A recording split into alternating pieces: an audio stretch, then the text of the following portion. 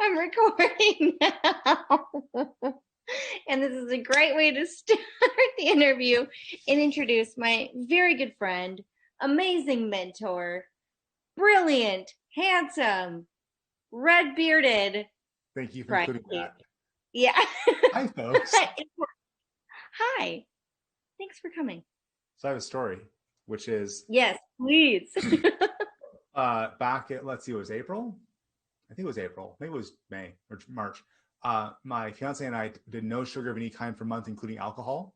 So the few parts of alcohol that were in the house, namely the last can of cider, went in the sugar cabinet, which is above the stove. So we never saw it. So like we have that, we have like some brownie mix, just things with sugar in it or alcohol. So I just wouldn't see it at all, right? Out of sight, out of mind.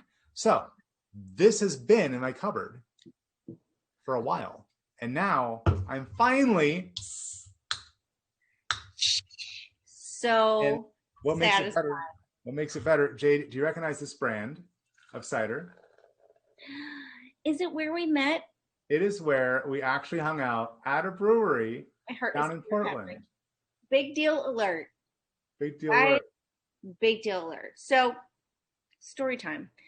Since the show is about entrepreneurship, I quit my job, started a business, moved into my first place, like alone, single momming it. Like all of these things happened in March 2020, aka the craziest month ever. For a lot of people, for a lot of reasons, right?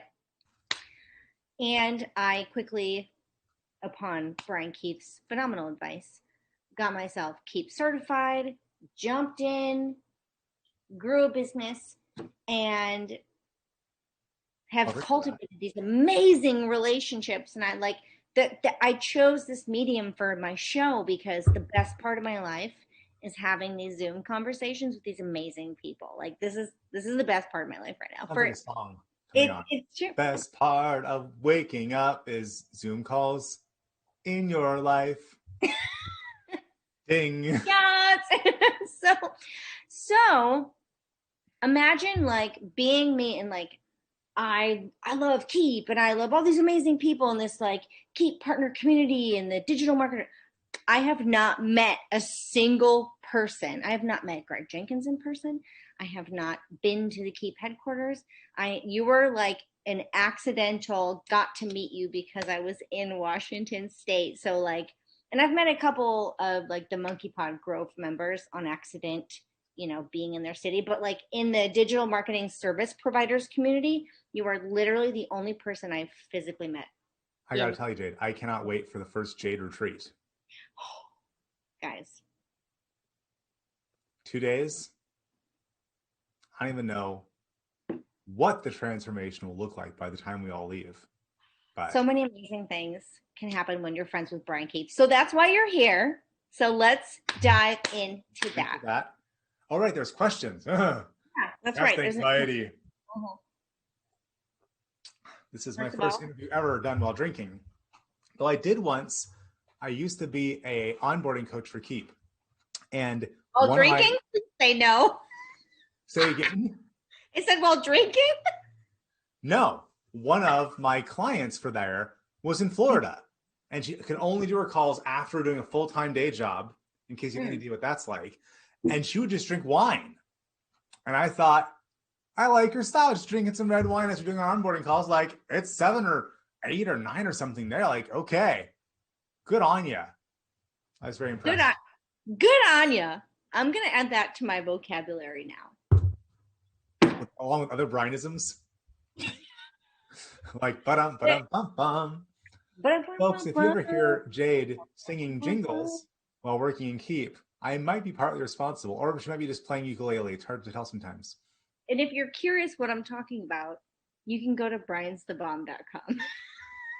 Because did you already do that? I did.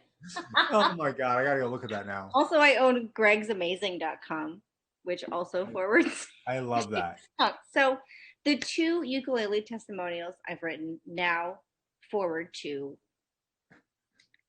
the domains correspond to these amazing people. So like I said, the best part of this whole new I have to look midst post-pandemic what the heck is going on in the world. Things are crazy. Businesses are growing and collapsing. And you know what?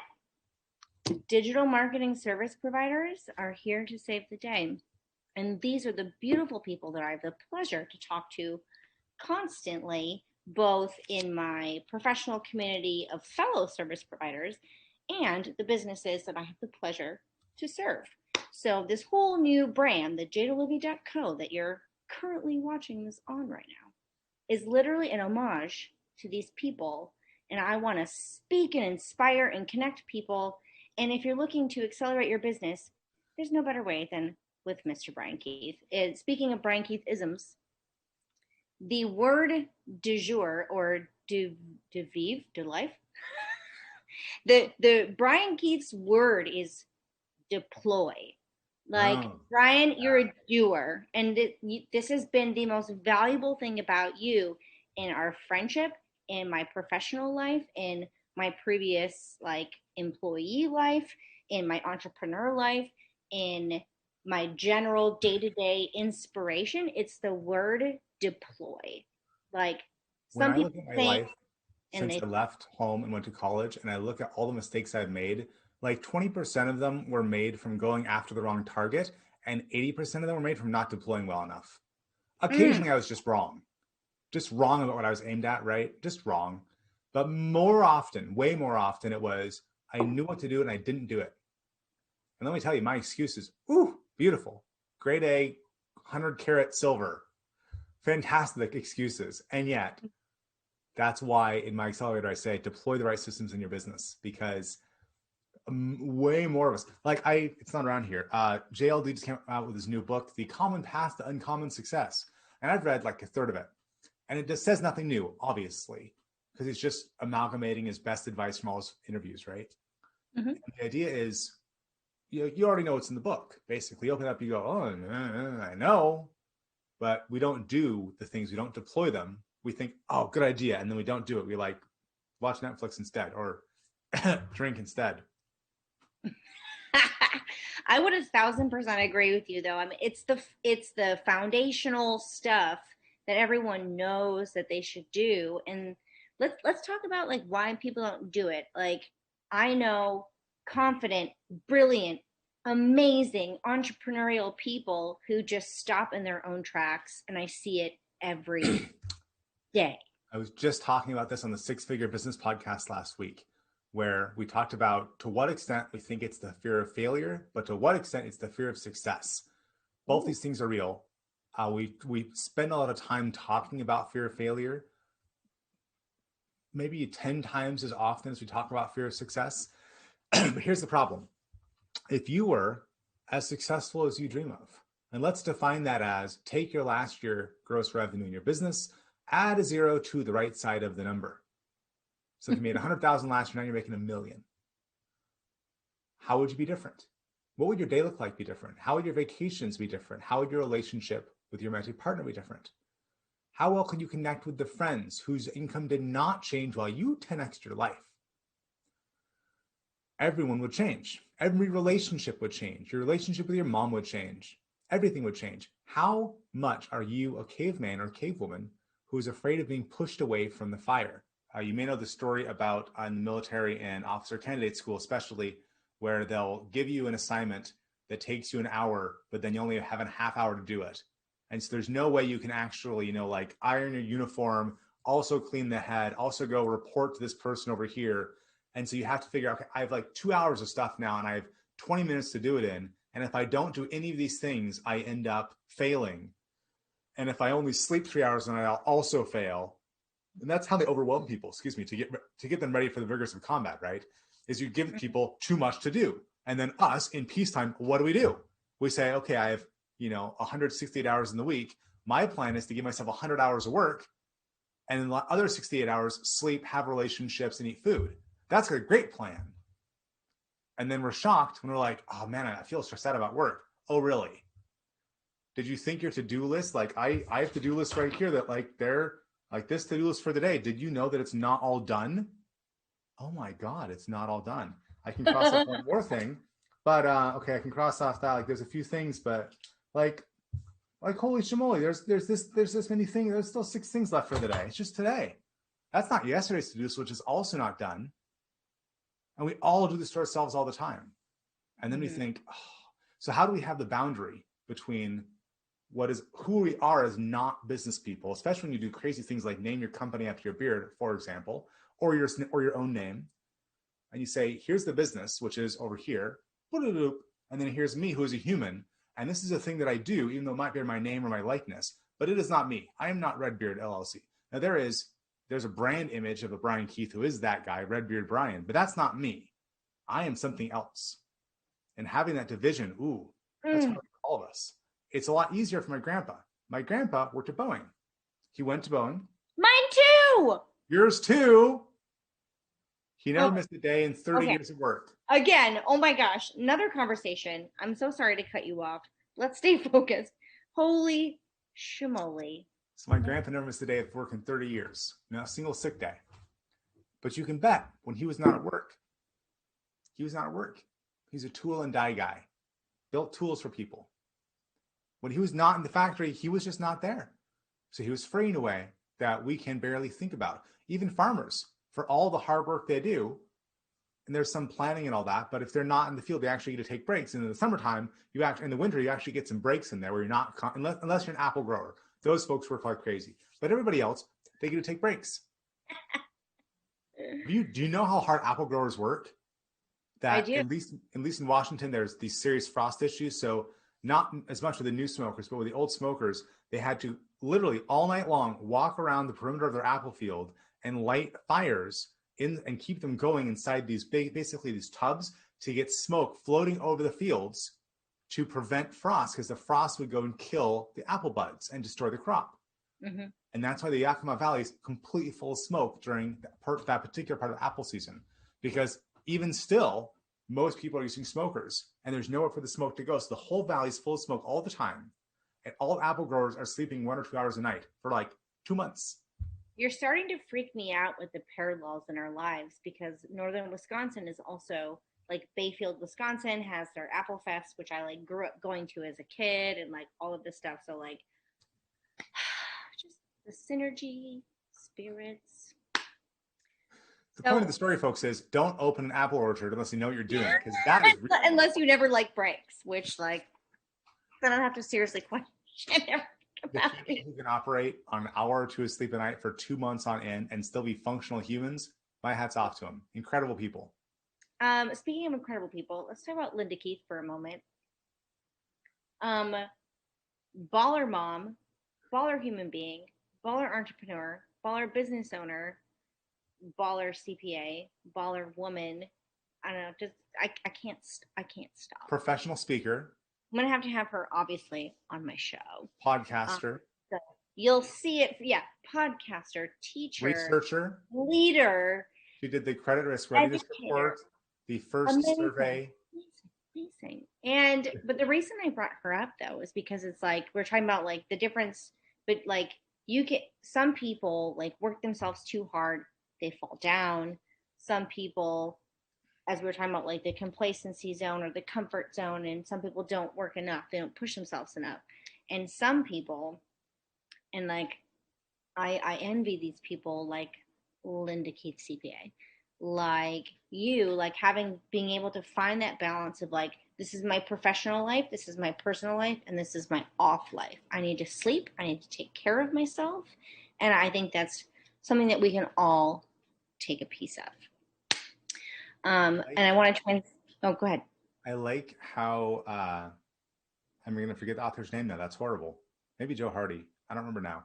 Someone was talking about, no, it was the one guy from Strategic Coach. It was Dan, what's his face? But he talked about how he has the 3 different sections of his life. And he basically plans it as, I think it was 1 day every other week of administrative work, 4 days a week of production, and 3 days a week of recharge time. But he actually schedules his entire year. Dan Sullivan, there we go.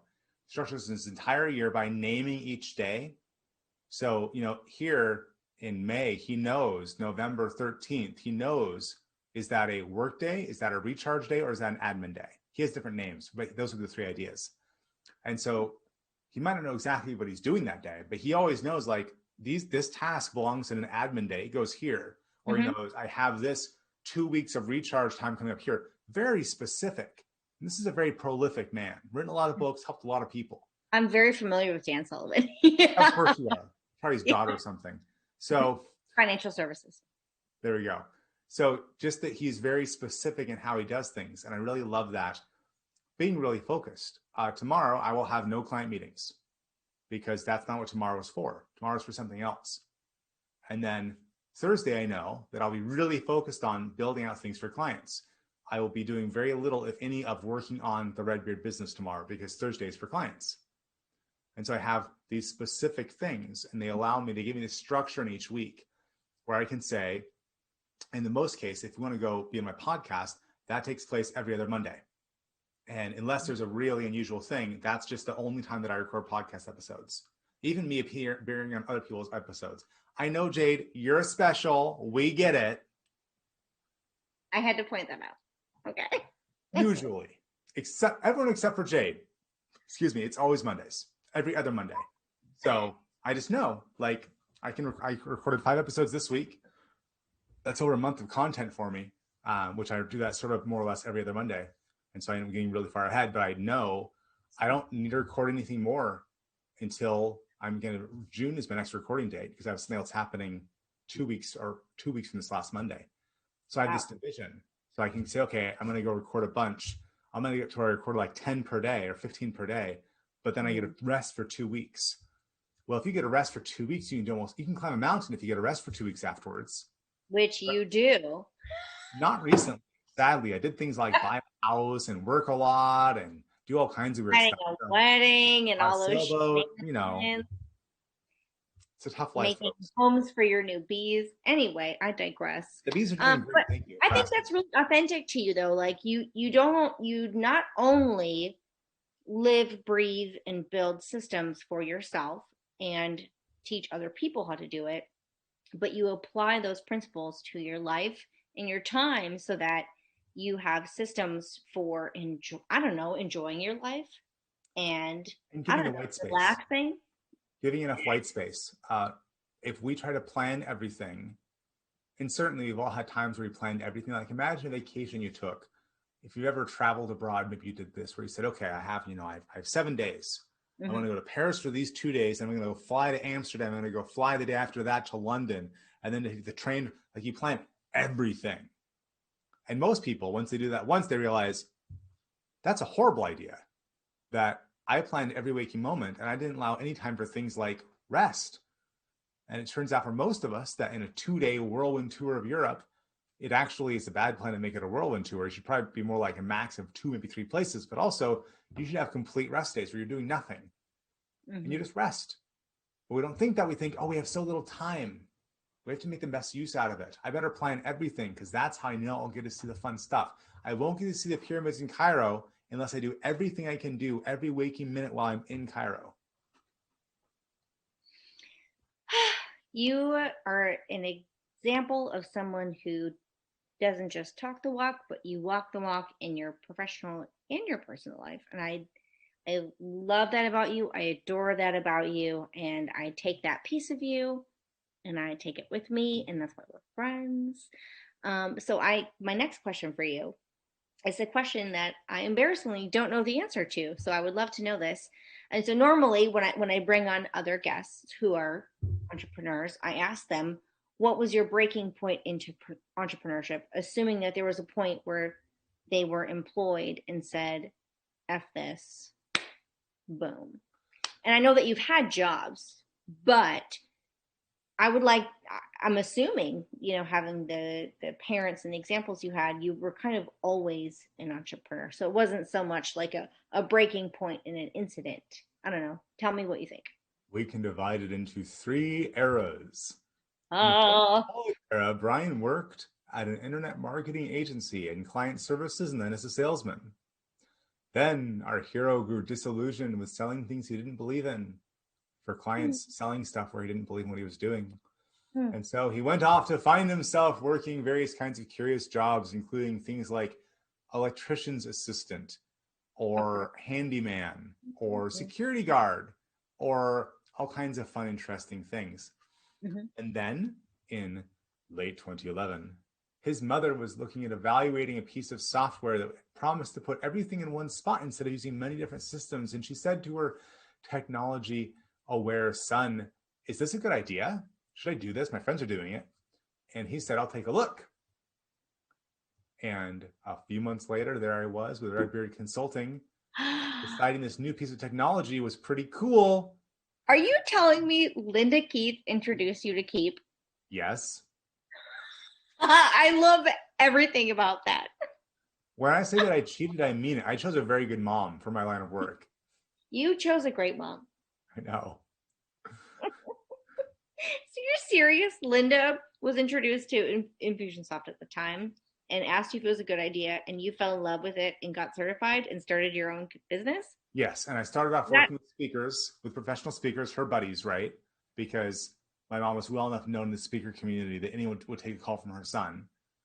Did that for a while, and then worked on other different communities that I focused in over the years. And then fast forward, 9 years, and here we are. Wow. That is the best version of that's the best answer I've heard of that. I love everything about that. Okay. Can tie back to the conversation we were having before about like complacency. Either you can take these, you can either just go for your comfort zone and rinse and repeat until you die, or you can choose to grow and then look inward and grow some more and look inward and grow some more, because it's going to hurt every goddamn time. Let me tell you a story. Yes, please. I once discovered that I did not know how to walk. I was very confused because I'd been walking my entire life. Weird. But I was living in a sword fighter commune at the time, which is a different story. And one of my buddies, we were talking about how we walk. And I had a buddy who was a massage therapist and physical therapist kind of expert look at how I walked. And she discovered that I was locking my knees at the back of each step slightly for a moment. And so I was actually walking wrong. And between her and my sword fighting teacher, they helped me understand how to walk properly. And when I started walking differently, as in with unlocked knees, I said, it feels like I'm about to fall over, like I'm about to move and I don't feel steady. And they said, that's what it's supposed to feel like. If you are ready for motion, you will feel unstable. If you feel completely grounded in your feet and, like in this case, literally with my knees locked with every step, it makes you brittle because every step your knees aren't properly seated on the ground. You're not supposed to stand like that. You're not supposed to walk like that. And this was mid-20s. I want to get up and walk right now. I've been walking wrong my entire life. And I had to relearn how to walk. And it was really weird for a while. But now if I tried to walk how I used to walk, where I was firm and overly rigid, it's so weak. You can just push over someone like crazy. If their knees are locked, you can just push them right over. But when you're walking, your knees are slightly bent and you're ready to face the world, you can be a rock and nothing can move you. I like the word rigid. Like if you're rigid and unyielding, you can't take in the earth, you can't take in the wind, you can't take in anything that comes at you. That's like translatable to literally everything we're talking about. Be rigid on some things. So I'm rigid on my values. The Redbeard core values: truth, kindness, focus, speed, victory. I'm very rigid on those. And then I try to be as flexible as I can be on everything else. And just be fluid. Like, I don't know the answer about a lot of things. I don't know. I can guess, but I don't know. Those 5 things I'm really certain on. And so anything that looks like it's threatening those, I'm like, nope, distance, bye. But then beyond that, say, okay, approach with a spirit of humility. Like at one point, I didn't know how to walk. Okay, I should be humble about things. Maybe I don't know how to do this thing either. Maybe I'm not as expert as I think that I am. Which means I have room to grow. If I assumed I was as good as I hope I could be, I don't have a lot of room to grow. Right? Yeah. So it's by saying, wow, I could learn more about this. There's more for me to know. And even maybe I will never know as much as I'd like to. There's space to grow. It's like a plant. You take a plant out of a pot that's been there too long, what do you see? It's root bound. The roots are all curled into each other. You take the plant out, you fluff the roots a little bit, you let them expand, and you plant them in fresh soil. And the plant goes, oh, I thought that's all there ever was. But now I see I can actually grow in all directions. And there's new nutrients all around me. And the flower and the plant just expands and grows in beautiful ways that it never could when it was constrained. That's beautiful. This is the most flowery interview ever. Part of the virtue, folks, of almost never drinking, of having like one drink a month on average, is that you can drink half of a cider and get eloquent. Back in college, this would have taken more than half a cider. You're welcome. So normally my next question would be, and I'm getting close for a reason, guys. This is getting intense. Normally I would say something like, do you have any final tips, tricks, hacks to share with anybody? But if I may, I would like to share a tip, trick, hack that I got from you. Oh, is it singing while doing spreadsheets? Because that seems like a pretty lifelong. If you want spreadsheets done, call us. But you constantly remind me how important it is to have friends, mentors, colleagues, any label for people close in your life. You fit all of these for me. You constantly remind me how important it is to have people in your life that challenge you. You are so different from me in so many ways, I couldn't even describe it. And yet, I value you and I adore you. And I often, embarrassingly, not even embarrassing, that's not embarrassing, that I come to you for advice. I will text you out of the blue. And you know what Brian Keith does? He replies, do this. And are you perfect? No. Do you know everything? No. But like, I come to you for a reason because I'm a sensitive, delicate flower, and I care what everybody thinks and I care what I think. And sometimes I need to be pushed to take the next step, which is quite literally Brian Keith's specialty, telling people to take the next step. So, a story for you. Yes. Oh. I once started working with a client, and as part of the onboarding process, they said, hey, take this DISC. It's a personality trait thing, right? And the D is for decisiveness. And I scored like a 98 or a 99 out of 100, which basically means I have clinically insane levels of decisiveness. It doesn't mean I'm right. It means I know that I'm right, which is not the same thing as being right. This is but I disagree with you so much. So you probably are high up on the S and the C, the stability and the conscientiousness, which is you care about communities, you care about people's feelings, about balance. These things are important. Guess who scores low on the S and the C? Who has a red beard, right? So it means I'm particularly good at having an opinion and saying, do this. I might be right. I don't know. But I feel like I'm right. Well, at least you're smart to compliment that. Well, it's balance, right? That if everyone in the room is all very high D and they're low in the S and the C, it's doomful. If everyone is very high in the S and the C, but they're not high in decisiveness, or I think the I is for influence, if I recall, then you'll have people who are talking about, well, like, but we could do this. Well, but the other ramifications over here, what do they think about this? Like, there's too much conscientiousness and too much desire for stability. You need a balance in everything. And you need to know, every person needs to know, what are you good at? If you're particularly good at stability and conscientiousness, great. You have to have people in your life who are high in the D, high in the I to balance you out. If you're high in the decisiveness, yeah, you got to have people who are high in the S and the C. Who do I have working on the team as Redbeard concierges in my membership? It's 2 people who are high S and high C. Why is this so good? Because you and Renee are amazing for deeply caring about people and showing in a meaningful way. And you really think about how people feel a lot, right? Which is critically important in any system. If you remove that, I care about how you feel at a personal level, and I'm going to show you, any system falls apart. Family, business, nation, whatever. So you have to have the balance, and you have to know what you're good at and what you're weak at, so you can intentionally attract people who are good at other things. And you can say, okay, so we're a team, like my podcast producer, Rihanna. She's high on the S and high on the C. I'm sure of it. One of the nicest people around. she and I are opposites, right? Right? So, but she has to be there. And at one point, Renee worked on the podcast, and she was also very high on this. So we balance each other. And I think part of the goal in business and in life, really in business especially, is we have to balance each other out and understand that you both aren't totally balanced across the spectrum, and also you do not want to be. If you were completely balanced in every way, you would be beige. Beige everything. Beige launches, beige emails, the most boring text messages. No one would care. That you are out of balance is what's interesting. I'm out of balance. That's what's interesting about me. So you have to go lean into your being out of balance, even while realizing it creates pitfalls for you. And that's going to be part of communities, and go find communities to be in and really find leaders to follow who elevate you into being more aware of what you're good at and what you're not good at.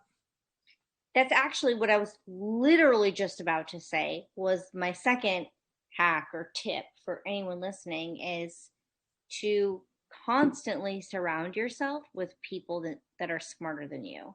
And that's very complimentary to like the complacency and like comfort zone conversation we've been having. It's like if you just like, okay, well we agree on everything and okay, and then you just never see anything else. So like the same goes with mentors. And I have three great mentors in my life right now: Brian Keith, Greg Jenkins, Ellen Martin. And these three people are incredibly different and have incredibly different strengths, but they're way smarter than me. Way smarter than me. And I'm not devaluing myself. I have my own strengths. But like when I'm around you, I try to elevate myself to you for these reasons. And when I'm around Greg, I try to elevate myself to be this for his reasons, and Ellen. So it's all about like this balance, but also not just balance of like equal value, but like if you want to grow, you got to hang out with people way smarter than you. If you are the smartest person you know in more than a few areas of your life, you are failing at exposing yourself to the challenge of being around smart people. I am painfully ignorant in almost everything I know how to do. Painfully ignorant. That's like hard for me to hear because I like think you're super smart. But anyway, go on.